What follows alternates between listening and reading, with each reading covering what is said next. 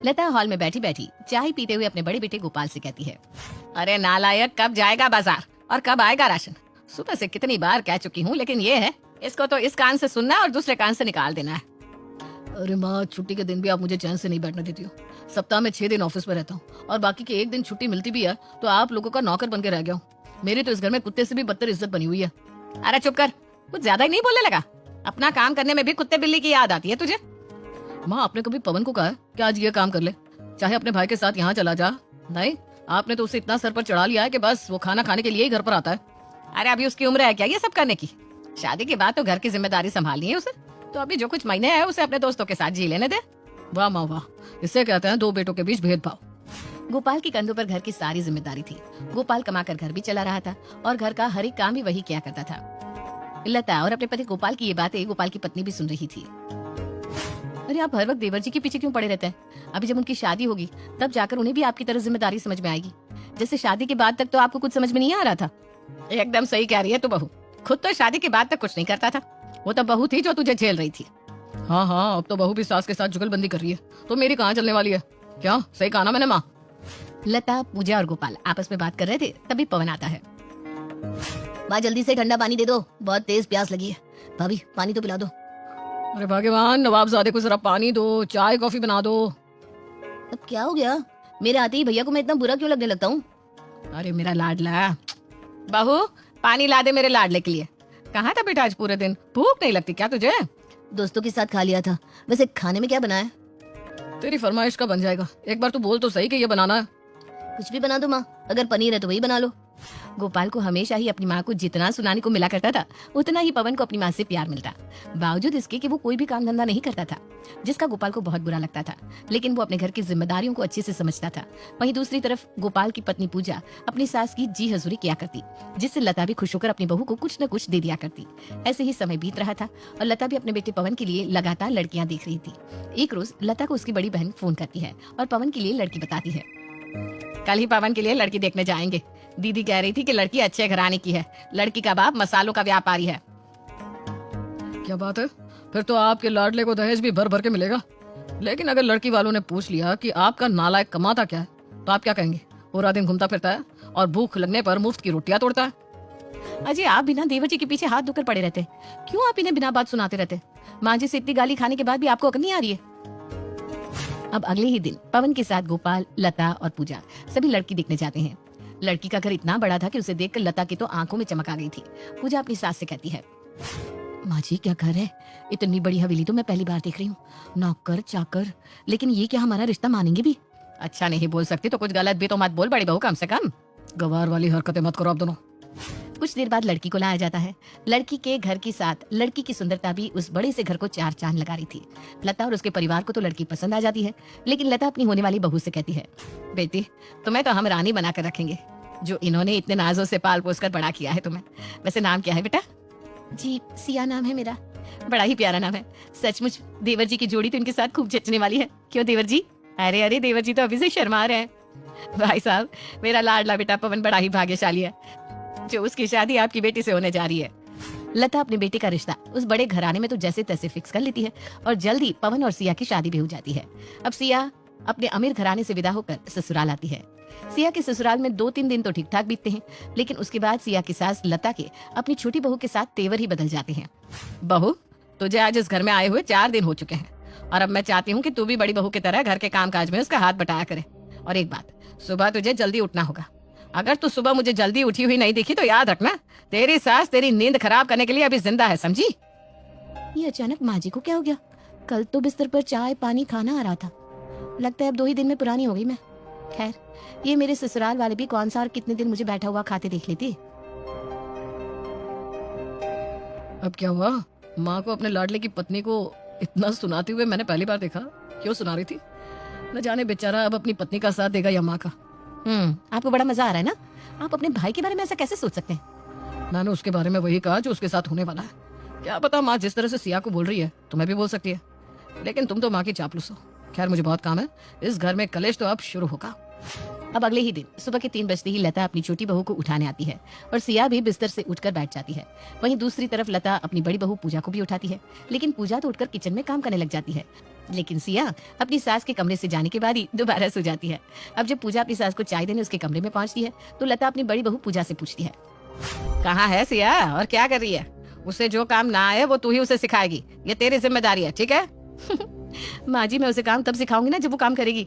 आपने उसे 3 बजे उठाया होगा, लेकिन आपके कमरे से निकलने के बाद ही वो महारानी तो कमरा बंद करके फिर से सो गई। क्या? ये तू क्या कह रही है? नहीं नहीं, ऐसा कैसे हो सकता है? मैंने उसे खुद उठाया था। चल, उसकी आज मैं अच्छे से खबर लेती हूँ। वो शायद भूल रही है कि वो अपने मायके में नहीं है। इतना कहने के बाद लता अपनी छोटी बहू के कमरे में पहुंचती है तो वो देखती है कि सुबह के 8 बजे तक सिया सो रही है। ये देखकर उसका गुस्सा और भी ज्यादा बढ़ जाता है और वो अपनी छोटी बहू पर चिल्लाते हुए कहती है, बहू उठती है या पानी डाल दूं तब उठेगी? उठ और जाकर किचन में काम कर। अमीर बाप की बेटी होगी अपने घर, यहाँ तुझे काम तो करना ही होगा जैसे पूजा करती है। वो भी तो 3 बजे से उठी हुई है, तो तू क्या स्पेशल है? माँ जी, इतनी सुबह मुझे उठने की आदत नहीं है। अगर मैं उस वक्त उठ भी जाती तो इसमें आपका ही नुकसान होता।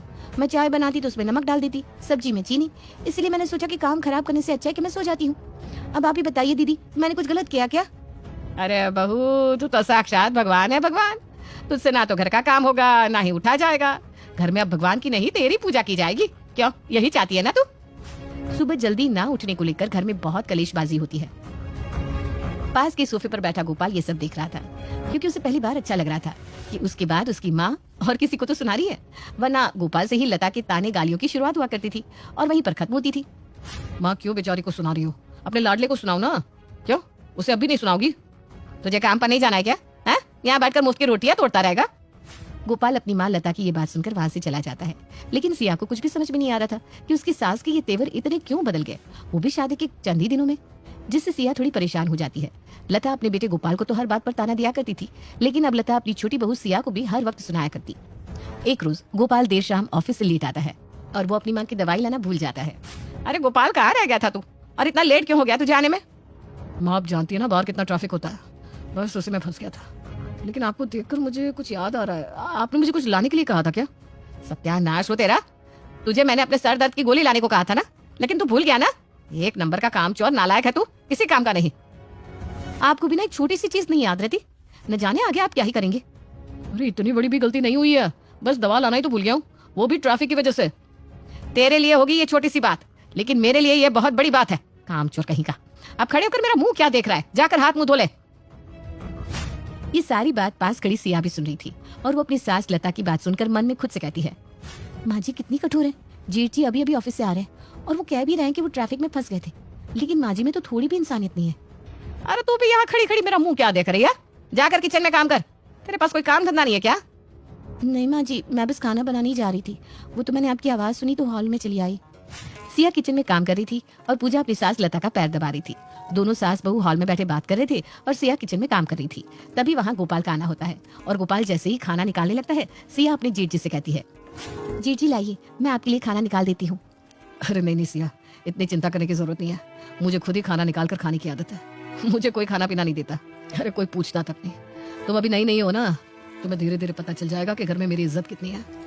भले इस घर में आपको कोई इज्जत ना देता हो, लेकिन आप मुझसे बड़े हैं और मैं आपको इज्जत दे रही हूँ। लाइए, मैं खाना निकाल कर देती हूँ।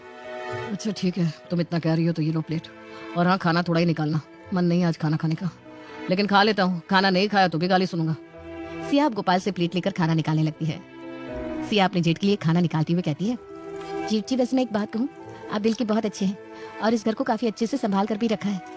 इतना कमाने और खर्चने के बाद भी इस घर में आपकी कोई इज्जत नहीं है। देखो सिया, तुम्हारा कहना बिल्कुल सही है कि मैं इस घर का खर्चा उठाता हूँ, जिम्मेदारियां संभालता हूँ, फिर भी मुझे गालियां सुनने को मिलती है। लेकिन वक्त आने दो, सबका हिसाब होगा। मुझे तो नहीं लगता कि माँ जी कभी आपको समझ पाएंगी। मुझे लगा था कि तुम मुझे समझती हो। मैं तो इतना लाचार हूँ कि मेरी पत्नी भी मुझे नहीं समझती, वो भी हर वक्त अपनी सास की चापलूसी में लगी रहती है। गोपाल इतना कहकर सिया से खाने की प्लेट लेकर कमरे में चला जाता है।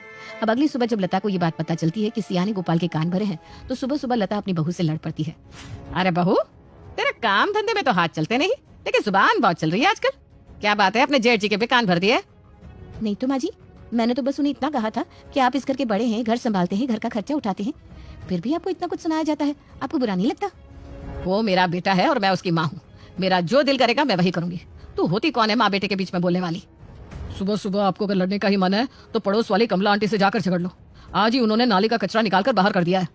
अरे उससे तो बाद में निपट लूंगी, पहले मैं अपने घर में पल रहे सपोलों से तो निपट लूं। देख बहू, इस घर को मैंने संभाल कर रखा है और मैंने ही इस घर को बनाया है। माँ, मैं समझता हूँ कि आपने इस घर को बनाया है, लेकिन एक इंसान के घर बनाने से घर नहीं बनता। एक इंसान के घर चलाने से घर नहीं चलता। घर चलाने में हर उस इंसान का साथ होना चाहिए जो उस घर में मौजूद है। क्या बात है, मेरा बेटा इतनी लंबी लंबी हाँक रहा है, हैं? बहुत अच्छे। अपनी माँ से जुबान लड़ाते हुए शर्म नहीं आ रही? लता और गोपाल में बहस बढ़ती देख पूजा अपनी सास को सोफे पर बिठा देती है और अपने पति को कमरे में लेकर चली जाती है। थोड़ी देर तो माहौल शांत रहता है, लेकिन लता कहाँ चुप बैठने वाली थी। वो गोपाल को लगातार ताने दिए जा रही थी। गोपाल भी अपने कमरे में बैठा अपनी माँ की बात चुपचाप सुन रहा था। पाल पोस कर इतना बड़ा कर दिया और आज ये लोग मुझसे जुबान लड़ा रहे हैं। अरे तेरी माँ हूँ मैं और तू मेरा बेटा, लेकिन तुम लोग तो मेरे ही माँ बाप बन गए। माँ जी जाने दीजिए, मैं उन्हें कुछ भी नहीं कहूंगी। अभी आप चुप हो जाइए, वरना आपकी तबीयत खराब हो जाएगी। ये सब आग तेरी लगाई हुई है, तू ही है आग लगाने वाली घर में। बेशक तेरा घर अमीर है, लेकिन तेरे माँ बाप ने तुझे संस्कार रहन सहन कुछ नहीं सिखाया, गवार कहीं की। माँ जी चुप हो जाइए ना, कब से आप चिल्लाए जा रही है। और सिया तू जाकर किचन में काम कर, मैं अभी आती हूँ। और उस नालायक को कह दे काम पर जाए, छुट्टी करने की कोई जरूरत नहीं है। अगर उसने छुट्टी की तो घर में कलेश मचा दूंगी मैं। माँ जी मैं आपके आगे हाथ जोड़ती हूँ, बात को और मत बढ़ाइए। वो बहुत गुस्से में है, इतना गुस्सा मैंने उन्हें आज तक नहीं देखा। लता को पूजा मना रही थी कि तभी गोपाल फिर से अपने कमरे से बाहर आकर अपनी माँ को गुस्से में कहता है, आज तक मैं अपनी इज्जत के लिए चुप रहा और इस घर में मेरी इज्जत कभी हुई नहीं। मेरी बीवी इतना दहेज लेकर नहीं आई ना माँ, इसलिए हमेशा मैं अपने घर में चुप रहा। अरे तेरे ससुराल वालों की औकात भी क्या है दहेज देने की? वो तो पवन के ससुराल वालों ने दहेज दे दिया, वरना तेरे ससुराल वाले तो भिखारी है एक नंबर के। माँ जी मेरे घर वालों के बारे में आप कुछ भी नहीं कहेंगी। मैं कब से आपकी बातें सुनती जा रही हूँ, इसका मतलब ये नहीं कि आप कुछ भी कहेंगी। मैं हमेशा से चुप रहता आया हूँ ताकि घर में सुख शांति बनी रहे, लेकिन शायद आप ही घर में सुख शांति नहीं चाहती। लता और गोपाल में काफी देर से बहस चल रही थी। अब पवन भी अपनी माँ और भाई के बीच बहस को देखकर वहां आता है और उनसे झगड़े की वजह जानता है और सब कुछ जानने के बाद अपनी माँ से कहता है, माँ हम लोग हमेशा से एक साथ रहे हैं और आपने मुझे बहुत प्यार किया है। भैया को मुझसे बहुत कम प्यार मिला तो उनका गुस्सा होना भी जायज है, और ये घर उनका ही बनाया हुआ है। उनके खून मेहनत पसीने की कमाई है ये घर। मैंने तो कभी नहीं कहा कि ये घर मैंने बनाया है। बिल्कुल सही कह रहे हैं माँ जी, ये घर जेठ जी का बनाया हुआ है। हम तो बस इस घर में रह रहे हैं। वो पूरा दिन मेहनत करते हैं और इस घर की हर जरूरत को पूरा करते हैं, फिर भी उन्हें ही सुनाया जाता है। बस इतनी सी बात है माँ जी, मैं उम्मीद करती हूँ आप जेठ जी को समझेंगी। मुझे समझने की कोई जरूरत नहीं है, माँ खुद ही समझदार है। क्योंकि अब मैं बड़ा हो गया हूँ तो शायद मुझे माँ के प्यार की जरूरत नहीं है, ऐसा माँ को लगता है। तूने ही मेरा मुंह खुलवाया था, तब से मैं चुप थी। तुझे कहती रही बेटा चुप हो जा चुप हो जा, लेकिन नहीं, तू भी बोलता गया और मैं भी गुस्से में बोलती गई। अब आकर गले लग जा, मुझसे गुस्सा बर्दाश्त नहीं होता, तू जानता है ना। सिया की बात सही थी। घर चलाने वाले को जब इतना सुनने को मिल रहा था तो सिया सामने आकर गोपाल के समाधान का हल निकालती है। और उस दिन के बाद से लता अपने कमाऊ बेटे गोपाल को फिर ना तो कभी ताने देती है, ना ही उसे बेइज्जत करती है, और सभी एक साथ हंसी खुशी रहने लगते हैं। मर्द कमाता है, घर की जरूरतें पूरी करता है और ताकतवर होता है। तो एक बार हमारी कहानी की हीरोइन शशि से मिल ले। अरे बांधो इसको उस शराबी के गले और अपना पीछा छुड़ाओ। कैसी बात कर रही हो? मेरी एक ही तो बेटी है। नहीं नहीं, मैं किसी पढ़े लिखे समझदार से ही इसकी शादी कराऊंगा। अच्छा तो पैसे कहाँ से आएंगे? अरे ये लोग एक पैसा नहीं मांग रहे हैं, पैसे वाले लोग हैं। बस लड़के में एक ही कमी है कि वो कमाता नहीं है, बाकी सब ठीक है। पिता के ना चाहते हुए भी प्यारी सी शशि की शादी रमेश के साथ हो जाती है। शादी के बाद कैसी सी है, मुंह में दाने, ऊपर से छोटी सी हाइट। हमारा भाई तो राजकुमार है, राजकुमार। मेरी बेटी है शशि बहू, कोई इसे कुछ नहीं कहेगा। वैसे भी तेरे भाई से ये बिन माँ की बेटी ने शादी कर ली, यही बहुत है। बेटा शशि, यह सब ऐसी ही है, तू ना बुरा मत मानना इन लोगों की बात का। शशि की सास भी बहुत अच्छी थी। शशि जा तो खाना बना ले, बाकी का ऊपर का सारा काम मैं कर दूंगी। शशि जिसने अपने मायके में सौतेली माँ के साथ रहकर सारा काम धाम करना सीखा, ससुराल में सिर्फ खाना बनाना है ये सुनकर राहत की सांस लेती है कि तभी शशि, तुम्हारे पिता ने मिलने के लिए बुलाया है, शाम को तैयार रहना। शशि खुश हो जाती है कि अब उसे प्यार करने वाले लोग हैं। पति मानता है, पिता जैसे ससुर जी हैं। वो शाम को तैयार हो जाती है, लेकिन फिर आधे रास्ते के बाद, अरे 2 मिनट रुको, मैं अभी आ रहा हूँ, तुम कहीं जाना मत, मैं बस यूं गया यूं आया। शशि जो कभी घर से बाहर अकेले नहीं निकलती थी, पति के विश्वास पर रास्ते में खड़ी हो जाती है, लेकिन काफी समय से पति वापस नहीं आता। शशि रोने लगती है, तभी सड़क पर खड़ी लड़की को रोता देख भीड़ लग जाती है। अरे क्या हो गया बहन, रो क्यों रही हो? सब ठीक है ना? लग रहा है कि रास्ता भूल गई है। कहाँ रहती हो? हम छोड़ाते हैं, कहाँ जाना है? शशि उस अनजान आदमी को देखकर डर जाती है और चुप हो जाती है कि उसे दूर से पति आता दिखता है जो शराब के नशे में धुत होता है। अरे ये भीड़ यहाँ क्या कर रही है? हाँ? तुम्हारे आसपास ये भीड़ कैसे लग गई? तुम्हारी बीवी है ये तो पिया हुआ लग रहा है। अरे इतनी सीधी से बीबी को यूं रास्ते में छोड़कर दारू पीने चला गया था क्या? सभी पति को बुरा भला बोल रहे होते हैं कि अचानक शांत सी रहने वाली शशि दहाड़ने लगती है। पति है वो मेरे, कोई उन्हें कुछ नहीं बोलेगा। और हाँ, मैंने किसी से मदद नहीं मांगी थी, निकलो यहाँ से। पति देखता रह जाता है कि शांत सी रहने वाली शशि अचानक गरज रही है। सभी चले जाते हैं। अब मैं मायके नहीं जाऊंगी, आप घर चले। लेकिन शशि देखती है कि पति नशे में है, तो वो उससे कार की चाबी भी लेकर खुद कार चलाकर घर ले आती है। हाय रे, तेरी सौतेली माँ ने बड़ी जल्दी भगा दिया। खाना भी नहीं दिया क्या? और पहली बार गई थी खाली हाथ। बेटा एक डिब्बा मिठाई का ही दे देती। शशि सास को सारी बात बताती है। ये तो बहुत ही गलत किया बेटा तूने, ये ठीक नहीं है, ऐसा नहीं करना चाहिए था। पहली बार ससुराल जा रहा था, कम से कम दारू तो ना पीता। लेकिन बेटा कहाँ सुन रहा था। उसे ना तो दिन का होश था ना रात का। वो कमरे में जाकर सो जाता है। पति के इस हाल से शशि काफी परेशान रहती है। माना ससुर के पास काफी पैसा होता है, लेकिन पति की कमाई उसने देखी नहीं होती। फिर एक रोज सास जोर जोर से रो रही होती है। अरे सासू माँ, क्या हो गया? सब ठीक है ना? नहीं बेटा शशि, मैं क्या बोलूं, क्या हो गया मेरे साथ, मुझे तो बताने में भी शर्म आ रही है। शशि कुछ समझ पाती कि तभी वहां ससुर जी आ जाते हैं। वो जोर जोर से चिल्ला रहे होते हैं। जितने लोग हैं घर में सब आ जाओ, मैं सबसे बात करना चाहता हूँ। कहाँ हो सब? घर में ननदे और शशि का पति थे, वो आ जाते हैं। देखते हैं कि पास खड़ी उनकी माँ जोर जोर से रो रही थी। क्या हुआ पापा, कुछ तो बता दे। देखो, मैं तुम लोगों के लिए नई सास लेकर आ रहा हूँ। कैसी बात कर रहे हो पापा? माँ कहाँ जाएंगी? और मैं नहीं जानता कहाँ जाएंगी, मैं अभी इसे तलाक दे रहा हूँ। और हाँ, तुम लोग मेरे साथ रह सकते हो, लेकिन ये औरत नहीं। अब इस उम्र में मैं कहाँ जाऊंगी, मेरा तो कोई मायका भी नहीं है। जहां जाना है जाओ, मुझे कोई लेना देना नहीं है, बता रहा हूँ। और हाँ, जिसे मेरे साथ नहीं रहना वो माँ के साथ घर के बाहर निकल जाए। नाना पापा, मैं कहाँ इनके साथ रास्तों की ठोकरें खाऊंगी। वैसे भी गरीब की तो शादी भी नहीं हो पाती। मैं आप ही के साथ रहूंगी। मैं भले शराबी हूँ, लेकिन मैं माँ के साथ रहूंगा। कैसी बात कर रहा है? तेरे तो बस की खुद को संभालना नहीं है, तू कैसे माँ को संभालेगा? वैसे भी शशि की जिम्मेदारी है तेरे ऊपर। पिताजी, इस उम्र में माँ को छोड़कर आप ठीक नहीं कर रहे हैं। मैं किसी की जिम्मेदारी नहीं हूँ। पिताजी, मैं भी इनके फैसले में इनके साथ हूँ। हम आपकी और नई सास के साथ नहीं रहेंगे। शशि सास को लेकर पति के साथ रास्ते पर आ जाती है। मेरे पास कुछ पैसे हैं, ऐसा करते हैं हम एक घर ले लेते हैं। हाँ, मेरे दोस्त का घर है, वो किराए पर चढ़ाना चाहता है। ठीक है, हम वही घर ले लेते हैं। सभी एक घर किराए पर लेकर घर में रहना शुरू कर देते हैं। लेकिन 2 दिन बाद लग रहा है मुझे चक्कर आ रहे हैं, सब काला काला दिख रहा है। मेरे पास तो माँ जी को डॉक्टर के पास ले जाने के भी पैसे नहीं है। मैं क्या करूं? पिताजी से मांग कर लाती हूँ। शशि पैसे लेने के लिए ससुर के पास जाती है, जहां उसे मिल जाती है नई सास। अच्छा, तो ये शशि है? बड़ी पागल निकली तुम। ससुर तुम्हारे बोल रहे थे, अरे यहाँ ऐशो आराम से रहती, उसके बजाय सास का साथ दिया। अरे पागल सास का कौन साथ देता है, यहाँ रहती तो ऐश करती ऐश। ना मैं आपसे मिलने आई हूँ और ना ही आपसे बात करने। मैं आपके किसी सवाल का जवाब देना भी सही नहीं समझती हूँ। मुझे ससुर जी से मिलना है बस। हाँ शशि बेटा, क्या हो गया? तुम कैसा आई? फैसला बदल लिया क्या? पिताजी, माँ जी की तबीयत ठीक नहीं है। हम लोगों के पास पैसे नहीं है कि हम उनका इलाज करा सके। और आप ये मत भूलिए कि वो आपकी बीवी है। हाय हाय, वो बीवी है तो मैं कौन हूँ? मैं क्या काम वाली हूँ? और हाँ, भिखारी की तरह पैसे मांगने आ जाती हूँ, निकलो यहाँ से। नई सास शशि को धक्के मारकर घर से निकाल देती है। शशि रास्ते में खड़ी सोचती है कि वो क्या करे, कहाँ से पैसे लाए। तभी एक बच्चा आकर शशि के गले लग जाता है। अरे, ये तो आपके ऐसे गले लग रहा है जैसे कि आपको जानता है। पता नहीं मेरे साथ ये क्या है, हर बच्चा खींच आता है। वो क्या है ना, मुझे बच्चों से बहुत प्यार है। मैं हर बच्चे को अपना बच्चा समझने लगती हूँ। शायद माँ का प्यार जो मुझे नहीं मिला, मैं सबको देना चाहती हूँ। शशि की बात सुनकर औरत का मुंह खिल जाता है। क्या करती हो? जी कुछ नहीं, लेकिन काम की तलाश है। ये बोलकर शशि उस औरत को अपनी सारी कहानी बताती है। लो, तुम्हारी परेशानी का हल भी मिल गया। मेरे 2 बच्चे हैं, उनके लिए मैं कोई डे केयर देख रही हूँ। अब तो तुम ही इन दोनों को संभाल लो, मैं तो नौकरी करती हूँ।